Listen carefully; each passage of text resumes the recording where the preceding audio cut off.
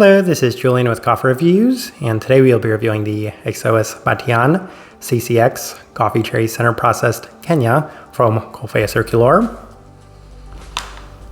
And there's the bag right there. And Coffea Circulor, based out of Arendal, Norway. And this is part 4 of our 4-part series featuring the Right Roasts June subscription box. And Coffea Circulor is a coffee roaster that's appeared on this channel quite a few times over the years, as they are one of my favorite coffee roasters in the entire world. And this is a perfect opportunity to address Coffea Circulor's absence from this channel this year, as this is actually our first full bag review from this coffee roaster this year. And there's only one big reason behind that, and it's because I've been waiting for them to release more Ecuadorian coffees, and they are yet to release more Ecuadorian coffees. So I decided to just finally pull the trigger, and we do have a series from this coffee roaster coming up here in the near future.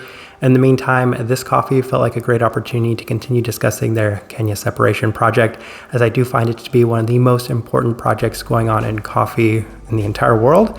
So any opportunity I get to review one of these Kenyan coffees is an opportunity I always want to take.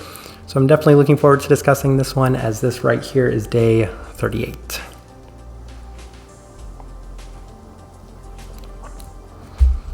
And recipe we went with for this coffee, and just kind of recipe information in general, because we do get asked a lot about our recipe, and almost every facet of our V60 recipe is actually inspired by Coffea Circulor themselves.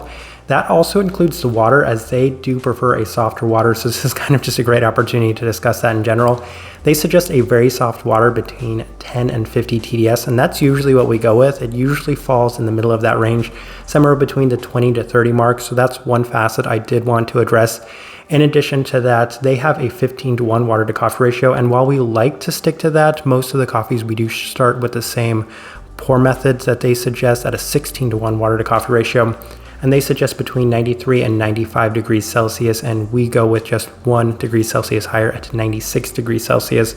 But for this coffee, we stuck firmly to their recipe, which was that 15:1 water to coffee ratio, brewed at 95 degrees Celsius, which is about 203 degrees Fahrenheit. This one I actually did like through the Chemex, which indicates a more medium grind.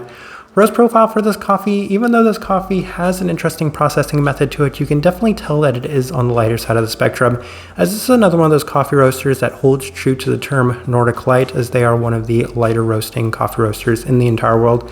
This one right here also in line with that, as I would say that this is a pretty light coffee in general. With that out of the way, let's go ahead and start discussing this coffee.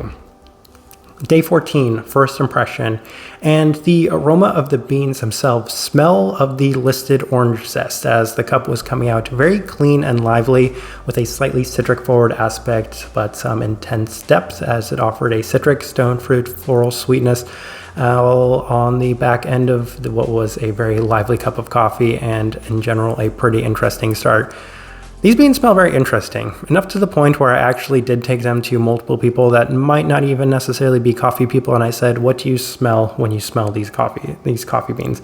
And I got a number of things, ranging from just like orange starburst to just citrus to even slightly hops. So it's just kind of interesting the way that people experience the aroma of this coffee, as this one, yet again, it is another one of Coffea Circulor's really wild Kenyan coffees that just offer this very unique aroma to them in general. Day 17, ran it through the Chemex, and the cup continues to offer a very clean and lively cup with a focus on the citric and herbal aspects of the coffee itself. It continues to remain a slight bit bitter with a bit of this bergamot aspect to it, cools down with a little bit more of a citric bitterness as well.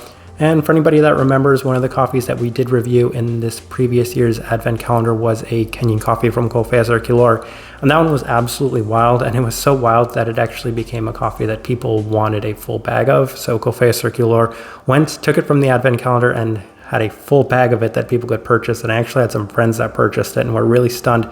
This coffee is similar in a lot of those aspects, as it did have that somewhat similar bergamot-like component to it.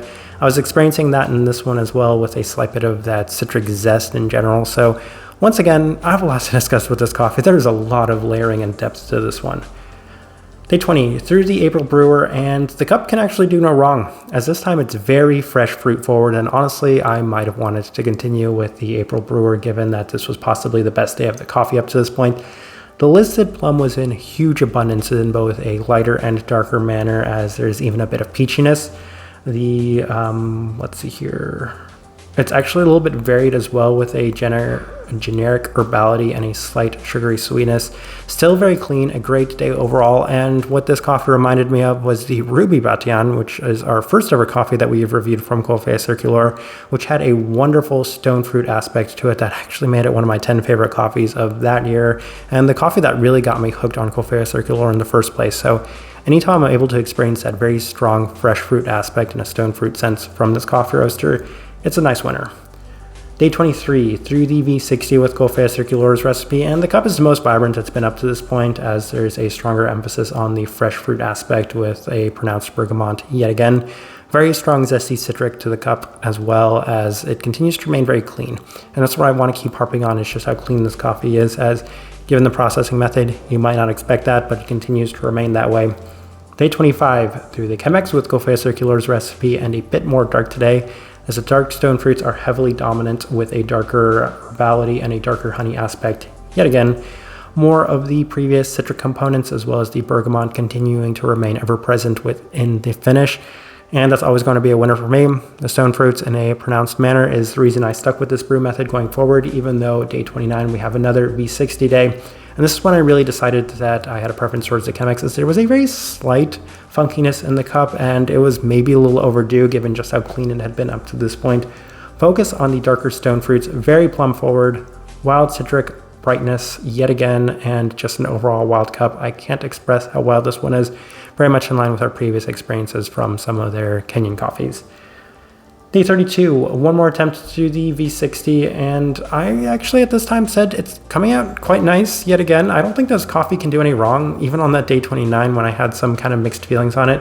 The dark plum stone fruit is really nice, and that's why I continue to persist with this brew method. Still, a little bit of honey, darker florality, plenty of the citric bitterness as well. Just another solid day in general. And day 34, attempted through the Chemex one more time, and they each honestly offer their own benefits. So even though I said I had a preference for the Chemex, I can see this coffee being good in both of those brew methods. Honestly, it might have been best through the April brewers. That was one of the best days of this coffee too. A little bit more of the bergamot, slightly bitter citric aspect, while the darker fruits remain prominent with a fresh fruit aspect that lingers, and also a darker tropical fruit as well. So wildly complex yet again. That's usually how I describe these coffees from them, and I've actually been quoted on their website as calling them wildly complex. But yeah, these coffees are wildly complex. All right, let's go ahead and put up the tasting wheel so you can see what we're getting. All right, we have 2 level 5s. So let's start with the finish level 5. Yes, and oftentimes when the finish of a coffee reaches that level 5 mark, I say that it is overbearing and too heavy, and that's not the case with this one, because you do have to take the context of the rest of this tasting wheel with obviously the finish in general. So that cleanliness being that high at that level 4, I feel like that's what justifies the finish being at that level 5, and doesn't have any issues with it, because this coffee does have a very long lasting finish. When I was making this tasting wheel, I was asking myself, yeah, I can continue to taste this coffee. How long can I taste this coffee? And it's reached a point where I said, this is one of the longest lasting coffees that I've had this year. So level 5 works for me. Other level 5 we have is the stone fruit, and I do believe that they have a plum note listed on here, and it makes a lot of sense. I've experienced that very strong fresh fruit, stone fruit aspect from Coffea Circulor's coffees in the past, and whenever I do, they're wonderful. Really what separated the Ruby Batian in general. This one had that in significant abundance, so I can definitely justify that one being there at that level 5 mark, one of the most dominant and defining factors of this coffee. Brilliant. Then we have a bunch of level 4s. We'll start with the cleanliness, level 4. I'm not going to lie, I don't know a whole lot about this processing method. I could have done a little bit more research about it, but given that they have some very unique processing methods with a lot of their coffees, it does take a little bit more research and knowledge to understand all of the different processing methods that they have. So I'm not sure which one this one focuses on a little bit more. Nonetheless, it does seem to offer great clarity, enough to the point where it reached that level 4 mark. And even at times I'm like, the profile is so defined. If I was being overly generous, we could bump it up to maybe that low side of the level 5. But that would have been a little bit too generous, as a lot of the reason it maybe stays at the level 4 is because I could get a very slight fermenty aspect to the coffee.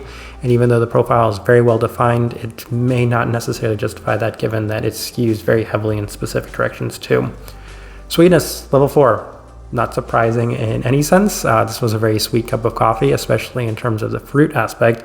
I think maybe that was contrasted slightly by some of the citric bitterness, but yeah, level 4 seems very good. Higher side of level 4, to be completely honest, just like the clarity was higher side of level 4. Acidity, level 3. That's interesting. I'm jumping around a little bit, but as soon as I saw that level 3, I did find that interesting. But as I'm drinking this coffee right now, it doesn't quite offer the same level of acidity and brightness I might have expected for a Kenyan coffee. So don't really know what to make of that, but this coffee isn't your typical standard Kenyan coffee in general. Florality, level 4. Yes, and there's an herbal floral aspect to it, and I could see a lot of those more classic Kenyan characteristics in this one. So maybe like a hibiscus component to it. That seems justified. Berry fruit, level 4, yes, and there was a much more dark berry aspect to this one as well in a tropical sense, so that feels justified at that level 4 mark. You could say something even along the lines of maybe like a passion fruit. Citrus fruit, level 4, yes, they do have a orange zest note listed on here, if I do recall correctly. They have quite a few notes listed on here, but the orange zest is one that I was able to pull out. It's the aroma I'm getting the most, that bergamot-like component to it as well. Maybe I could have justified this one at the level 5. On the day I was making this tasting wheel, it was the level 4, but there were definitely times where I'm like, this is potent enough to justify level 5, so level 4 works for me.